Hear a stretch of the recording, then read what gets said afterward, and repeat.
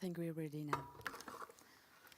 Mesdames et messieurs, chers collègues, chers amis. Ladies and gentlemen, dear colleagues and friends, it is a great pleasure for myself and for the others to host you for this last day of our Congress. Last but not least, because it is dedicated to regional approaches. It is an even greater pleasure, given that the Cook Islands have signed an agreement with their neighbouring islands in order to manage together and in an integrated way the marine biodiversity around their MPAs. A poet once said that the sea links together the regions which they separate. And when we think about marine biodiversity and ecosystems across the big cycles of our planet, like the oxygen cycle, and with the impact on the migration of species, we realize that everything is interconnected and we live on one planet and there is one big ocean. And a Swahili proverb says that man alone cannot go alone and take his boat to the sea.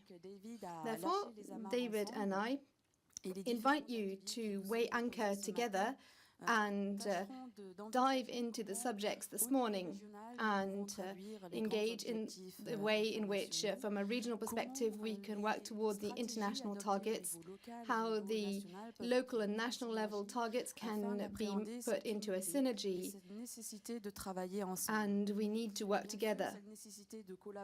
Of course, this requirement to work together means that we need to go beyond political borders, but perhaps also deeper borders, psychological and mental borders. We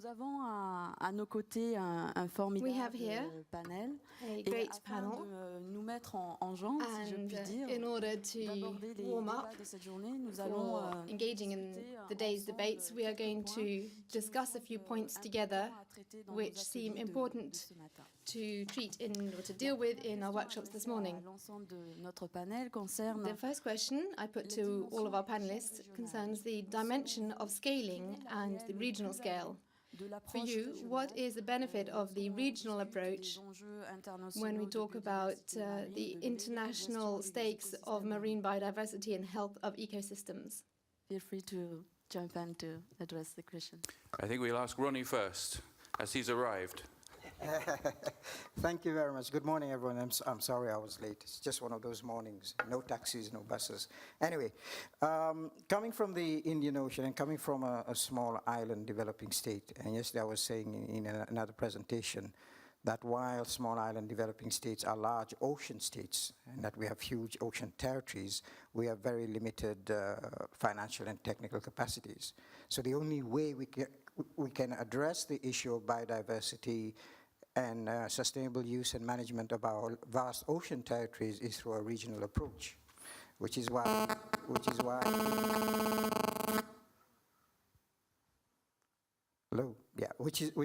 in the Indian Ocean, Seychelles is leading the Western Indian Ocean Coastal Challenge, which is one of the three regional challenges. It started with the Micronesia Challenge, then there's the Caribbean Challenge Initiative, which inspired the Western Indian Ocean Challenge. But what made the Western Indian Ocean Challenge was an interregional initiative, which is the Global Island Partnership, of which I am the chair of the steering committee. And through such partnerships where you bring bigger countries to the table, you bring big international organizations who are working islands as a group, and the fact that the GLISPA, Global Island Partnership, is a partnership of islands irrespective of size or political status.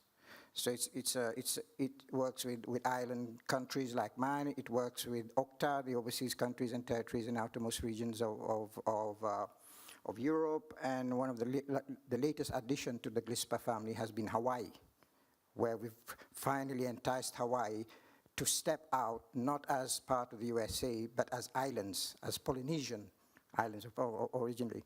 So the regional approach is very important. We knew about this in the Indian Ocean, but what when we're stepping out, we're saying to the countries of the Western Indian Ocean, not just the islands, but the East African coastal states, it's time that the countries of the Eastern Indian Ocean take ownership of the Indian Ocean, not just in terms of biodiversity, but in general management, the sustainable management of our ocean. So for small islands, it's crucial. Thanks, Ronnie. Bruce, I'm going to come to you now. Bruce is from SPREP, and Really, I'm interested really in terms of the management and the biodiversity and ecosystems in your region. What is the added value? What's the added value of a regional approach? Difficult question, and but I think it's pretty well related to the answer that Ronnie gave in terms of scale. It brings my pacemaker playing up. It's obviously one of scale with very small island states.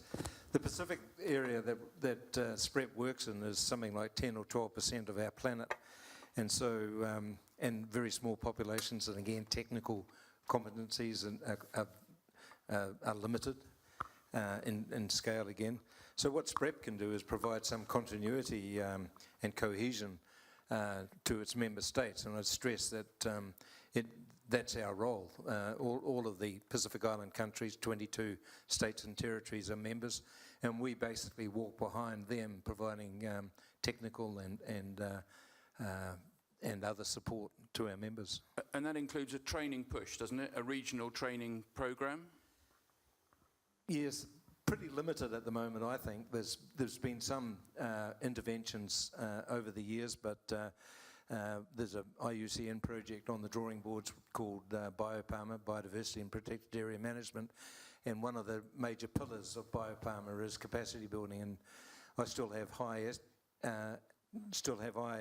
aspirations for that to make some groundbreaking approaches to training in the Pacific. So you govern, you're involved in the LMMA network, the locally marine managed area. So what about the community and MPS manager network, and how should regional action be more coordinated on the ground? Thank you, Carol. Well, the question is that where is the coordination needed, in fact? I mean, the LMMA network has been a major part of the global sort of increase we've seen over the last decade or so since the World Parks Congress in Durban, or indeed maybe even the Impact 1 conference, where we had handfuls of communities that we were trying to support in management. And now inside our network there are over 600 communities. But I think partly thanks to the good offices of the Impact 3 organizers, this week we've been able to see thousands of examples of communities taking matters into their own hands, even in situations where they haven't got much support. A lot of the reason behind this is networking. So the regional and now more and more international connections that can be forged through these sort of networks are actually assisting these communities in getting inspiration and getting ideas, even though the coordination may not be necessarily happening on the ground. So an important thing is to recognize the power of these very horizontal, very light networks. Virtually none of them are driven by government or even big organizations, big NGOs. They're usually more successful if they're run by groups of peers and trying to be very transparent and building lots of trust. So I think that what this revolution, in fact, that we're seeing is a testament to the utility and power of these networks. And the fact that we're hearing about it here is also another function of the networks. We need to ensure that these relatively marginalized and unheard voices in the small islands and the developing countries can actually influence policy at this level. And do you have a chance to link those human networks? I mean, there's the network and then there's networks of networks. That's right, yes. So I think we've been discovering that there are limitations to how far you can go with a network. But then when you get to that scale, you can hopefully promote a connection with a sub-regional network somewhere else. So at the moment, we're already in close connection with the Western Indian Ocean and hoping to develop a kind of meta-network or a connection between the top levels so that the most important information and materials can be shared.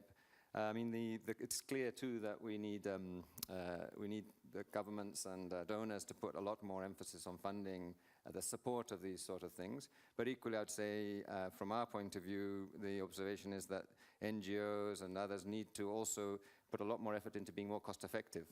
The potential is actually that 100% of coastal areas could be managed in many countries by communities, but not if they cost what they're costing at the moment. So we need to put more effort into finding out what actually makes the difference, and then get the money rolling to that. Thank you very much. Stefan, I'm going to move to you. Stefan Amundsen is the Executive Secretary of the Northeast Atlantic Fisheries Commission. So you're dealing with regions in a different way. You're a governmental, multi-government agreement and a multi-government commission. How does the regional approach for fisheries give strength? Well, first of all, to answer it from a very legalistic standpoint, I mean, we're looking at the high seas. If we don't have regional cooperation, it means every country working on its own.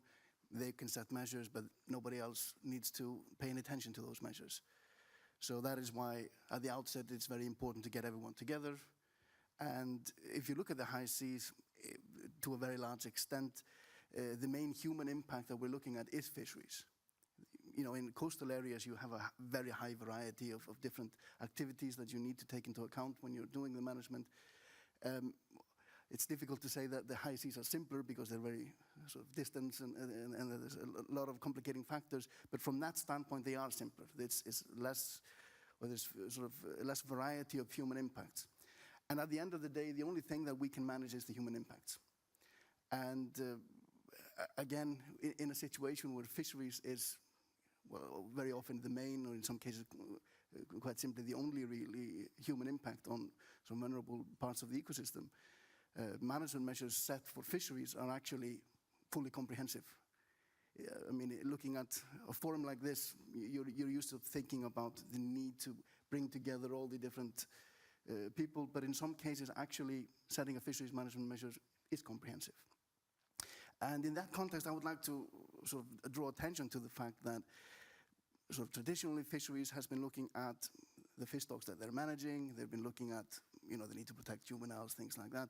But very increasingly over the past decade or so, we've seen fisheries management bodies, including the one I work for, focusing on the effects that the fisheries have on the other aspects of the marine ecosystem, protecting coral reefs, things like that. So our awareness of wider ecosystem concerns and biodiversity has absolutely been increasing. We've been setting management measures to make sure that we protect that. And just as a final point, I know I've gone on a bit, that also means that, you know, if, for example, NEAF sets up a closed area to protect a coral reef, that measure does not have much of an impact if, you know, 3 years later there's a seabed mining operation that ruins the whole reef. So that's another aspect of the need for regional cooperation. We need to cooperate with us, other actors who have legal capacity on different sectors.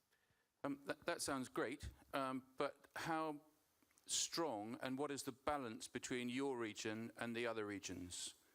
Do you have the love for the other regions? Well, in a way you could say we are a rich countries club. We are in the Northeast Atlantic. The countries there in the North Atlantic in general obviously have are by and large richer countries than the average in the world. So obviously in many other high seas regions you don't have the same capacity, you don't have the same institutional structure, and you don't necessarily have the same funding to actually run it. But one of the strengths that you also get from doing this from sort of a fisheries perspective is actually the funding, because fisheries is a multi-billion-dollar industry. And if we don't conserve the fish stocks, it's only a multi-billion-dollar industry for the next few years. So the industry realizes the need for conservation, and that can be a driver behind having the funding in place to do measures from a fisheries perspective, which again in the high seas are very often by far the most important aspect of the conservation effort. So regarding high seas and the importance of the high seas, since they are covering more than 60% of our blue planet, Christina Dillard, you are High Seas Senior Advisor to IUCN, the chair of the WCPA High Seas MPAs and Specialist Group. A lot of work has been done with EFSA's definition in the different regions, but what else? What could be the next steps? And from your point of view, what is the current integration of the ICES issues in the different regional seas convention? Thank you. That's many questions in one. I think we have learned so much information about the high seas in the past 10 years, that starting with the Census and Marine Life. Why is it beeping at you? think there is maybe a mobile phone on the table. Thank you. My fault. Okay. That the CBD has started this process for describing ecologically or biologically significant areas. At the same time, the United Nations General Assembly was calling on regional fisheries management organizations to take action to protect vulnerable marine ecosystems from deep-sea bottom fishing impacts. What we're missing with EBSAs is any sort of trigger for action within the regional fisheries management organizations, within the shipping, within the seabed mining organizations, if you will. So there's no ability right now or mandate to translate this information about the significance and importance of these remote high seas seabed areas into practical conservation, other efforts to improve their protection. What we're seeing now in the high seas is that we have a string of regional fisheries management organizations and a very broken necklace with respect to regional seas organizations, at least with respect to their coverage of the high seas and seabed area.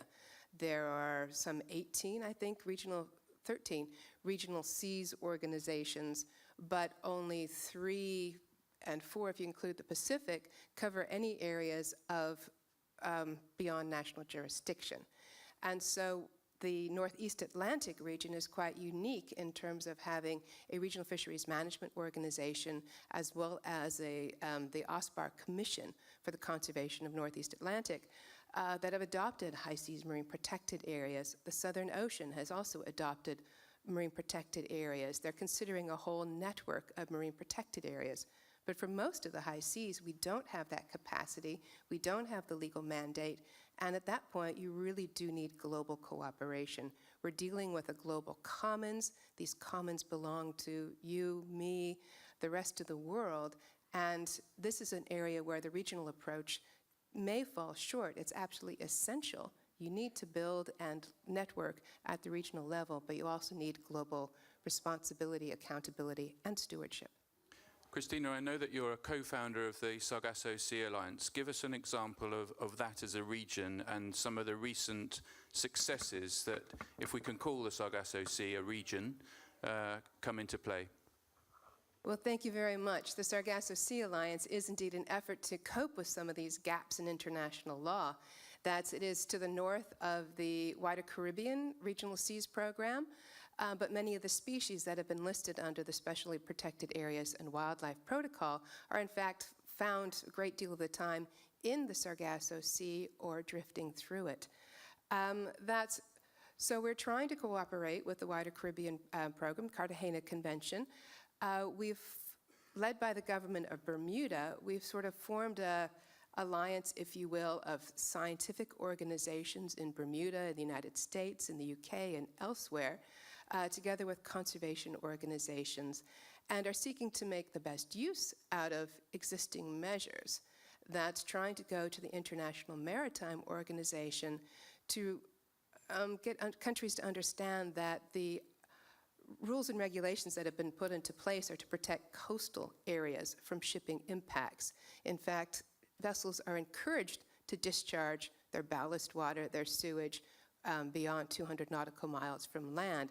So the ocean is no longer immune to the impacts of this shipping activity that is now carrying 90% of our worldly goods.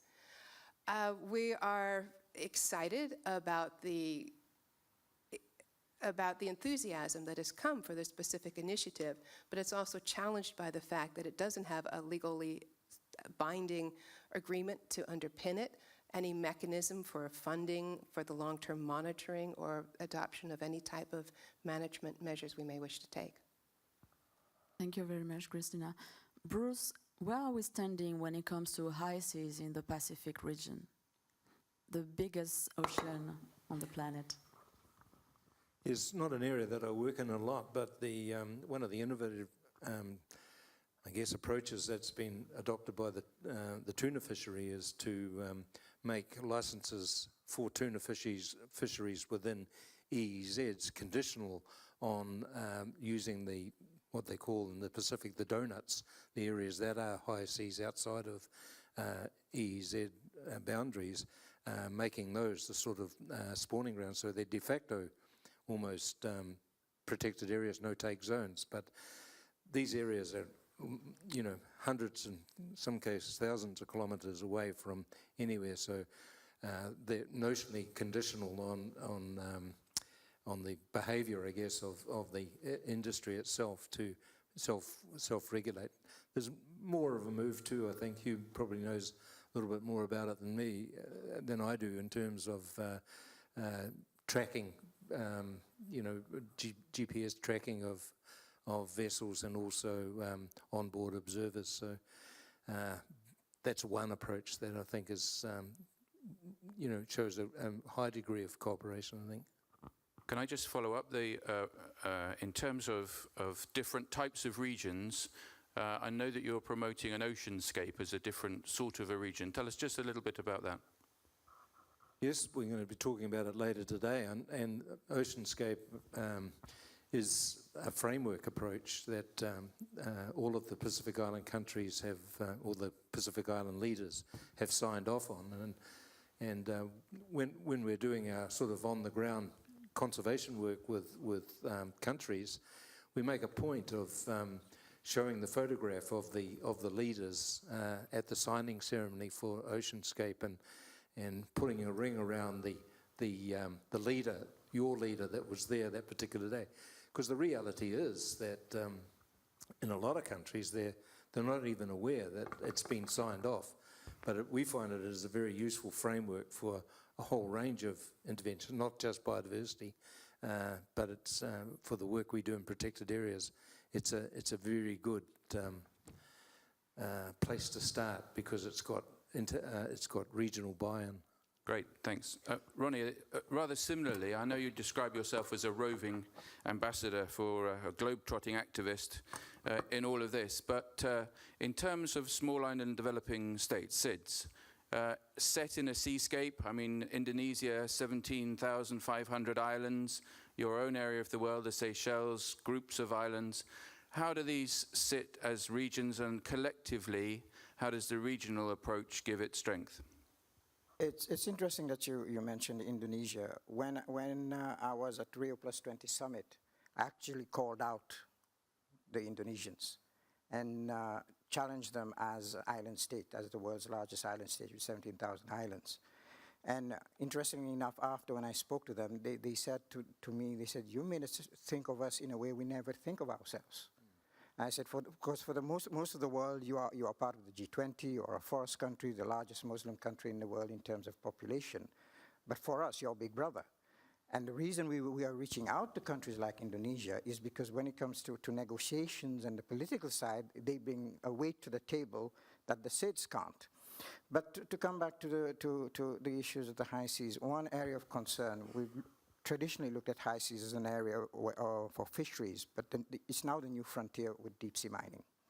The search for rare earths, the search for minerals and metals that are used, which we now have on land as they become more inaccessible. And that is something that worries us very much as small island states, because we are the ones who would be most impacted by such activities, but have the least capacity to deal with it. So I was listening very interesting to what you said, and we're going to look into the oceanscape idea to see how we can replicate it in our regions. As to, I know Rio said we have to reach an agreement on areas beyond national jurisdiction by next year, but we've been trying to do this for so long now. What's going to happen within 1 year that hasn't happened in the past decade? I am not so sure. I'm just being realistic as a climate change negotiator. It makes you very realistic about the possibilities of doing things. But I think maybe more should be done to enlist the small island developing states in the issues of high seas now that it's becoming more urgent in terms of the minerals and that sort of thing. Because there we can only say yes to whoever approaches us, because as you were pointing out, sometimes high seas are just the gaps between the EEZs of countries. And sometimes some areas of high seas you have to pass through the EEZs of countries to get access to certain areas. And how can we use that to our advantage? This is one of the challenges that we're having, and I'm glad to see our friends in the Pacific are trying to wrap their minds around it. But maybe that is a way of addressing at least some areas. Yeah, that's it. Thanks. So, Ronnie, you are the chair of the steering committee of the Global Island Partnership, and this is having a global perspective, a global approach. And in this respect, how can we take advantage of the different experiences in different regions, and how can we link the different MPAs managers and the different MPA stakeholders who are operating in very different contexts? Well, one of the interesting things about GLISPA is when you walk into a room when we have our steering committee meeting in Washington in February around that time, is the people you see around the table. And they're all there about issues and certain subjects that people bring up. So you have very rich countries, you have very poor countries, you have overseas territories, and we're all trying to look at issues concerned with the oceans and islands, especially from an island point of view. And this is why we're trying to expand and reach out to other island countries and island territories. I mean, the reason one of the reasons I gave when I went to Hawaii, and I said one of the reasons we are interested in Hawaii is the University of Hawaii has done work in the marine sector, and whilst they complain they don't have enough facilities, everything is relative. Whilst I was there, I saw a blurb for the University of Hawaii on TV, and I saw the equipment they have, and they're looking at ocean thermal vents and that sort of thing. We can only dream of that. The blessings of GLISPA is when I got down from the podium, I said, this is one of the reasons. A guy came up to me, he says, I'm from the University of Hawaii, here's my card, talk to me. It was as easy, but I had to go all the way to Hawaii to get it done. But this is the advantage of GLISPA. We steer clear of political issues. We steer clear of, and the fact that we have overseas territories with independent states make sure we steer clear of the sticky areas. Otherwise, we're going to lose the overseas territories. And this is where GLISPA is well placed to take advantage of these situations. And someone stood up in our meeting in February and he says, isn't it great to be in a room with such diversity and disparity, and we're all agreeing on the same thing, and not from a national perspective? And that's what GLISPA brings to the table, and we hope by speaking here that more people in the room will be hearing this and say, maybe we should get in contact with them. It's very easy, here I am. Thanks. I think we're preaching to the converted, but we're also preaching further afield, because in terms of sending this message, one of the things we also wanted to touch on was about capitalizing on skills and tools from effective networks. And Hugh, I wanted to come to you, because in terms of community-based adaptive management, I think that's your bag, isn't it? Yes, indeed. Well, as I mentioned earlier, the sharing of experiences between communities has been one of the most effective capacity building approaches. But I was going to also suggest that capacity or that information is actually being brought right into policy. In the South Pacific, I think the national and regional networks of LMMAs have achieved, in partnership eventually with governments who've seen the kind of the opportunity there, they've actually achieved in several countries now a change in policy which would allow the countries to capitalize on these efforts from local communities. So you've got Solomon Islands and Vanuatu, and to a great extent Fiji, looking at changing the law, and certainly in the actual aspiring sort of policies reflecting the community-based approach. This is quite heartening, and I would suggest that globally this should be actually the norm rather than the exception. But I think Bruce also mentioned the Pacific Islands Regional Ocean Policy and its umbrella framework for a Pacific oceanscape. And if you read that carefully, it's not actually only a conservation policy, it's actually an integrated management and in fact a vision for a healthy ocean. It contemplates nested management, so although the methods for approaching high seas or EZ management may be very different, they would be complementary to the efforts that local communities would be doing within the 12-mile zone. And that is supported nice and clearly in the oceanscape. Of course now, so the local voices have now informed international policy, we've got the usual problem, which is how does policy turn back into action? So there's an exciting area for work, and I hope we can all buckle down to put in these visions into reality. So Ronnie, one of the strengths of the Global Island Partnership is to bring together on I would say, the shared concern, the shared issues. Some islands have taken the lead for regional challenges, and some are already seen as bright spot when it comes to marine conservation. From your point of view, what are the main and important spices for a successful recipe, for having such a good experience and successful approach? Well, one of the reasons you see so many bright spots amongst islands is that there are few countries that depend on the ocean as much as we do. You will find that in most, it's not just a question that, the high seas are rich in biodiversity, it's a question of our economies. When you talk about marine protected areas in Seychelles, you're talking about, it's a development debate. It's not just about conservation. We don't conserve our oceans just for the fun of it, just because they are pretty. It's because they are a resource. And yesterday I was listening to someone from Madagascar talking about the community-based control. They were talking about the octopus fishery. But Madagascar is to the south of us, and it was a very, very different situation economically and socioculturally in Seychelles. So what works there does not necessarily replicate. But the good thing about us is this is our backyard. The ocean, one of the things I say, it's the first and lifelong playground of our children. You can't find a better playground. So it has a different context, a different connotation for us. It's part of, the oceans define who we are. That's why you get a lot of push from us. That's why we speak passionately. That's why I speak passionately. I don't know any other way to speak about the oceans. So this is why islands can be used, because what we don't have is the capacity. We always come back to that. But despite that, it's amazing what islands are doing. We're not waiting for people to help us. We can't afford to wait. And you'll find that same sort of drive and passion in the climate change negotiations, where everybody knows us, we punch way beyond our weight. Everybody has to be seen to be listening to us, even if they ignore us, but at least they have meetings with us. So this is why I think islands, especially now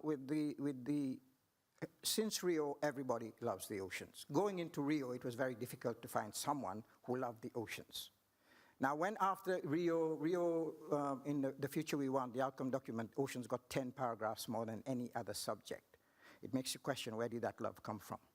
And why are you in love with me all of a sudden? What are your motives? And there's all these issues. But there's never been such a focus on oceans as there is now. There has never been such a proliferation of organizations and councils and committees as we have now. They are falling over each other to find ex-presidents to lead them, to try and get some attention. I think now's the time to do something. And this impact meeting, Impact 3, is coming at a time that's very important. And on the eve of the International Year of Islands, on the eve of the Samoa Conference in September, and even the CBD has said next year's International Day of Biodiversity will be an International Day of Island Biodiversity. Now's the time for the islands who haven't stepped up to step up, but also for others to extend a helping hand to the islands. Thank you. Stefan, I'm coming to you because I know I've worked with you when I was with the OSPAR Commission and with your different NIAF cats on, but you hinted already about a more integrated approach between fisheries and MPA managers and MPAs and the conservation side. Could you just say a little bit more about how you see that being taken forward? Yes, and actually to start by giving credit where credit is due, it was actually when you were Secretary of OSPAR that the initiative was taken on the OSPAR side to bring all the actors in the high seas together. I would say, unfortunately, so far, it's only been NIAF that has actually grabbed that with both hands and tried to cooperate with the OSPAR Commission and others to sort of have this wide-ranging cooperation. But we are hoping that we will finalize making sort of a formal arrangement between the two organizations, the Northeast Atlantic Fisheries Commission and the OSPAR Commission for the Protection of the Environment in the Northeast Atlantic. We're hoping that that will be finalized this year or at the latest next year. And that will then hopefully create the basis for bringing in others. And when I say others, I mean International Maritime Organization, International Seabed Authority, etc. And I think in that context, it's very important to realize that saying that there is a lack of legal authority, lack of legal competence in the high seas is simply wrong. It's not all in one place. There's not one organization that deals with everything. But if you look at the human activities, and again, that is the only thing we actually manage. If you go through them point by point, what is that actually that is affecting them? There is a legal competence for, well, probably all of them. And it's a question of bringing those actors together. And to remember that the enemy of the good is the perfect. If we wait until we have something that is absolutely perfect and has everything, that means we will simply never do anything. And I'm not saying that it's not worthwhile to try to build up some wider, ecosystem-based management framework that everyone goes together. I think that's a very noble aim to have. But let's face it, it's not going to be in place in 10 years. It's probably not going to be in place in 20 years. It doesn't mean we shouldn't strive to get there, but realistically, we have to look at what do we have. And the point is that we do have a lot. When we go point by point, what is the actual human activities that affect vulnerable ecosystems and other biodiversity in the high seas? We have actually the tools to control them. And it's correct that if you go around the world, there isn't sort of a comparable relationship like we have between OSPAR and NEAFC in the Northeast Atlantic, and quite importantly, an organization like ICES, the International Council for the Exploration of the Sea, which is a scientific organization, is a very important pillar in that cooperation as well, because it's the scientific advisor to both NEAFC and OSPAR. And that is lacking also in many areas around the world. But my point is that rather than simply saying, well, we have to strive for the perfect, and that's the only thing we're focused on, because taking our focus away from the perfect is sort of deviating from where we want to go, it's very important also to look at what is actually working at the regional level, and can we replace that, recreate that, sort of taking account of local circumstances in other areas. And I think that's much more likely to be successful. Great, thank you. I know it's from experience that getting a group of lawyers together in a room makes for tricky work. But Christina, you're also from a legal background. Tell us a little bit on the regional scale, what's the importance of soft law, soft international law? Well, first I'd love to just sort of say I would be happy if we could consider that fishing were the only impact on the global ocean. Right now, what the Census of Marine Life discovered was that the past impacts have been from pollution. The present impacts, the most obvious ones, may be from fishing, but in the future we're going to have to grapple with huge impacts of climate change and ocean acidification and the effects of all of these combined. So we no longer really have the luxury of going on a sector-by-sector approach to dealing with these issues, because if it's taking 10 years for OSPAR to bring these organizations together, we will continue to see the oceans degrade before our eyes. And everything is moving, fish stocks are moving. That's the soft law approach that we've seen from Rio, where they called for anticipatory and precautionary approaches. We saw from Johannesburg Summit that called for networks of marine protected areas by 2012. Plus the principles that have been adopted are an incredibly powerful tool to motivate governments, to empower NGOs to motivate governments, and to direct science and funding. But what they don't have is the teeth to try to pull governments together to provide that sort of overarching framework of responsibility, accountability, and stewardship that we really need to manage the common goods, the resources, and the biodiversity that belongs to us all. So you can only go as far, you can go quite far with soft law, but not far enough. Thank you.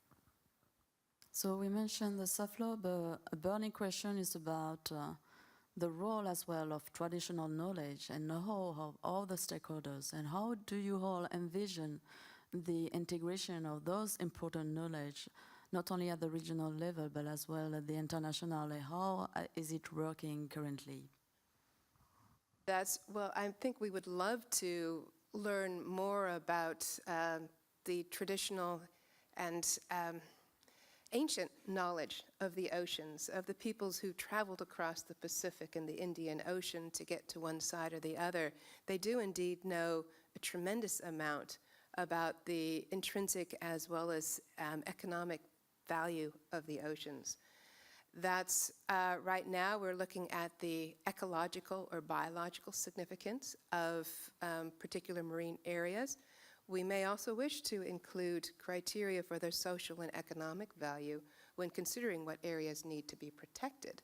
But again, we don't have a mechanism at the international level for incorporating or acting on that knowledge, which is why many organizations are calling for, and many states, most states in fact, are calling for this implementing agreement under the Law of the Sea Convention, which provide the framework for capacity development, conservation, cooperation between relevant agencies and states, as well as the mandate for marine protected areas to spread across the globe.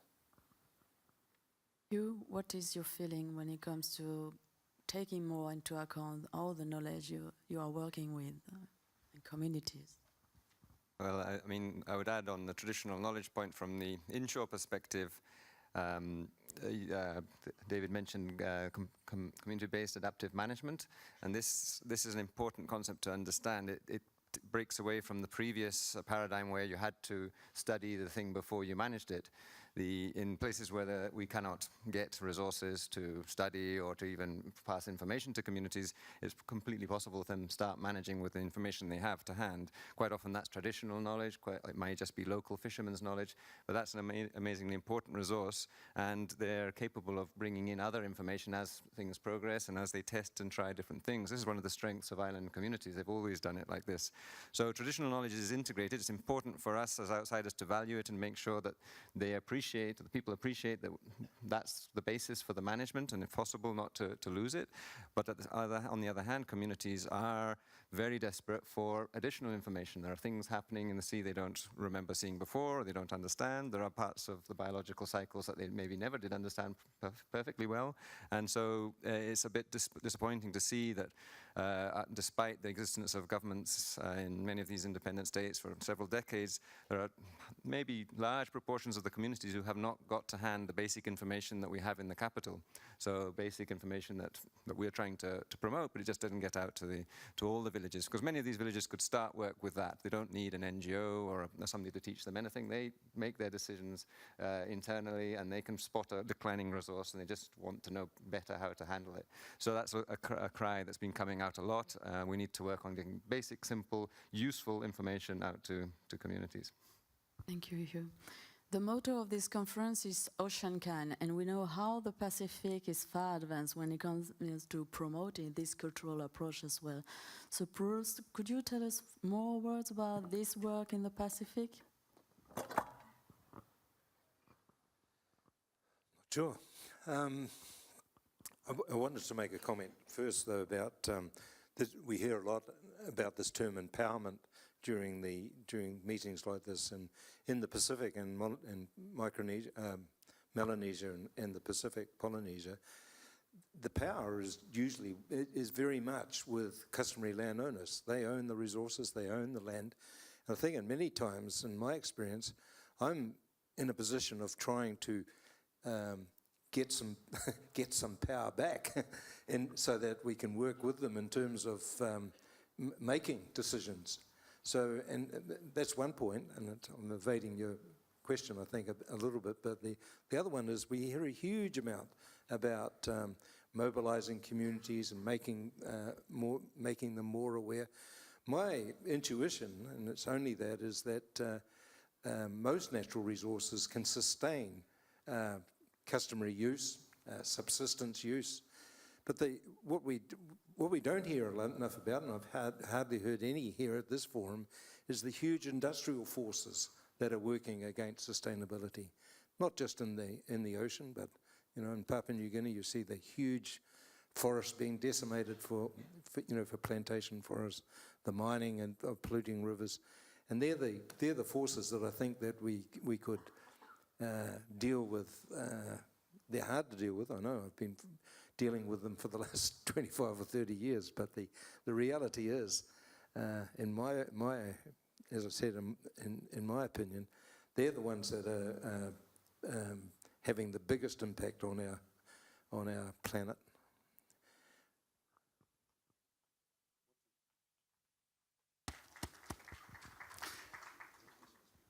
Okay, thank you very much. In many ways, we are the warm-up act for an exciting regional day.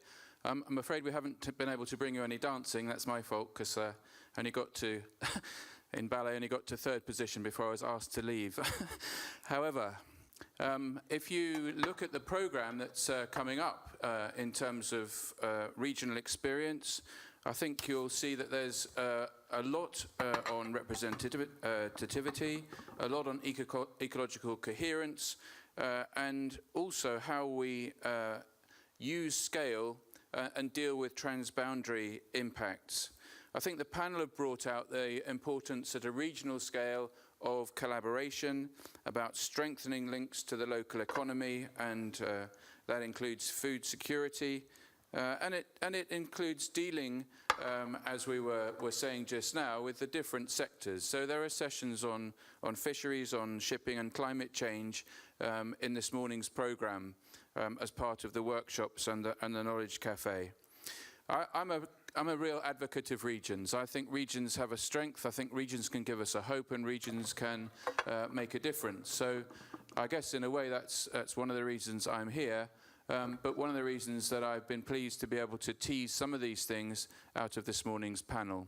I'll just pass over to Carol to close out before we go forward. But thank you very much for listening. Well, thank you very much, David. We have ahead a very interesting workshop, and we look forward to hearing more about the outcome this afternoon.